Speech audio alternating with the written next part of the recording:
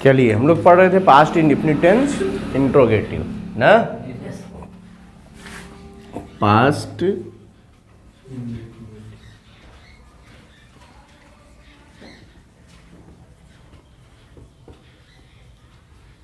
कल हम लोग अफर्मेटिव और नेगेटिव पढ़े थे, आज हम पढ़ेंगे इंट्रोगेटिव। इंट्रोगेटिव सेंटेंस, और ये क्या पढ़ रहे हैं हम? Passive voice. ठीक है? Yes sir.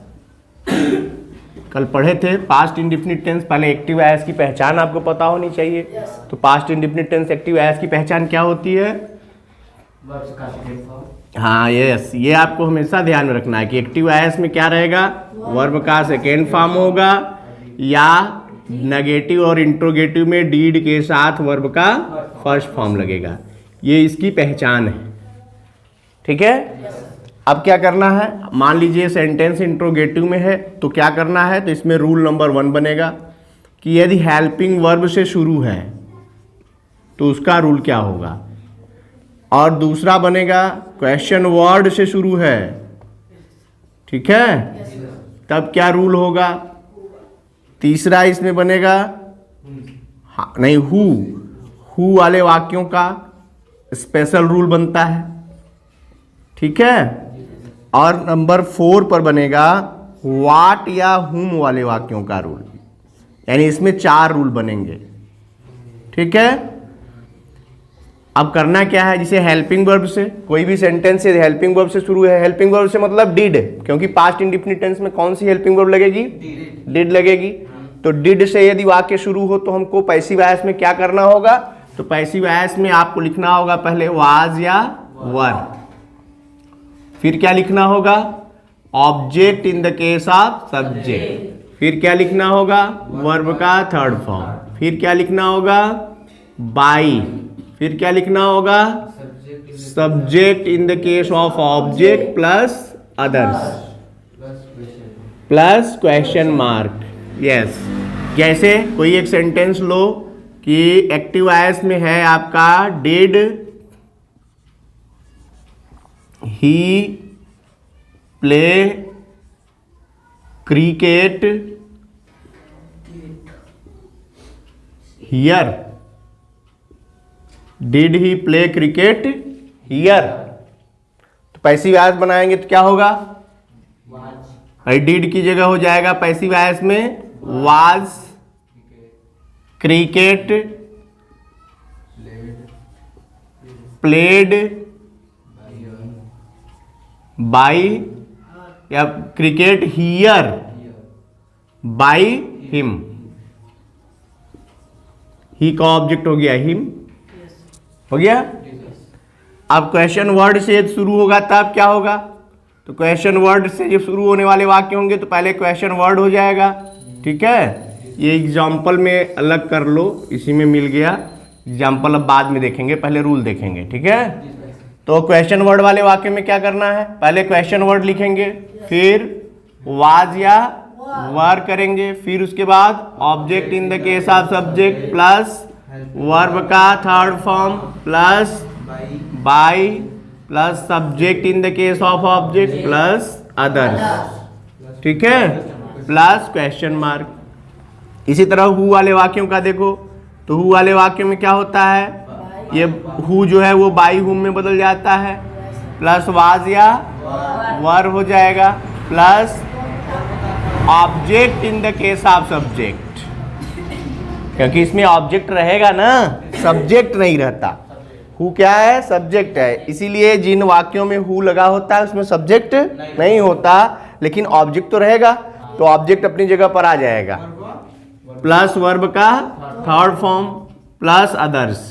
यहां आपका सब्जेक्ट वाला कॉलम ये जो था वो छोड़ दिया गया। क्यों छोड़ दिया गया? क्योंकि ऑलरेडी यहां हो चुका है। ठीक है? हाँ, इसका एग्जाम्पल देख लो। जैसे हु रोट ए पोयम, इसमें हु क्या है? सब्जेक्ट के रूप में हो गया ना। ठीक है? तो हु को किस में बदल देंगे? By whom. ठीक है, ये हो गया है आपका बाई हुम प्लस, अब इसके बाद क्या लिखना है, वाज या वर, किसके अनुसार, ऑब्जेक्ट के अनुसार। ऑब्जेक्ट क्या है, ए पोयम, तो हो जाएगा वाज ए पोयम रिटेन हो जाएगा ना, राइट का थर्ड फॉर्म रिटेन बाय, सब बाई तो हो गया ऑलरेडी यहाँ पे, तो रिटेन और क्वेश्चन मार्क हो गया आपका, by whom was a poem retain. इसमें देखना ये है कि ये जो बाई वाला प्लेस है, बाई प्लस सब्जेक्ट, वो इसमें ऑलरेडी पहले हो चुका है, इसलिए यहां नहीं डालना है, हो गया।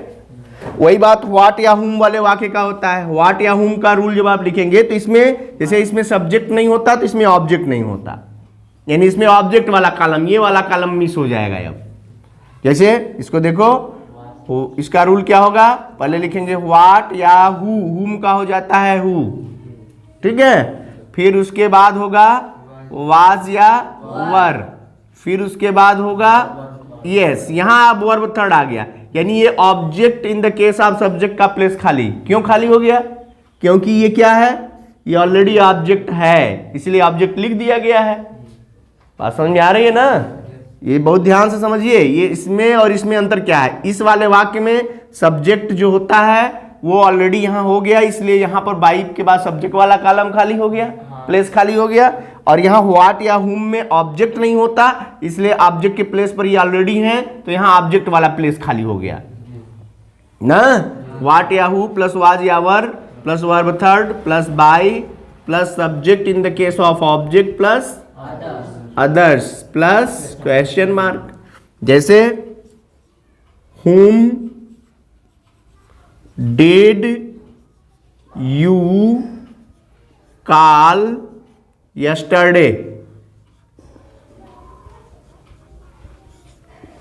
ये देखिए तो क्या हो जाएगा, ये whom did you call yesterday, यानी whom का who हो जाएगा, रूल है ना ऊपर, यानी यहां लेंगे who, फिर उसके बाद was, फिर क्या लेना है, वर्ब का third form called by you yesterday। बात समझ में आ गई कि नहीं आ गई, यानी इसमें मिस क्या हो गया, यहां जो ऑब्जेक्ट का प्लेस यहां था वो ऑब्जेक्ट ऑलरेडी यहां ये है, इसीलिए ये ऑब्जेक्ट का प्लेस खाली हो गया। समझ में आ रही कि नहीं आ रही है, तो ये हो गया आपका। अब ये एग्जांपल अलग कर लो और रूल अलग कर लो, ये हो गया आपका एग्जांपल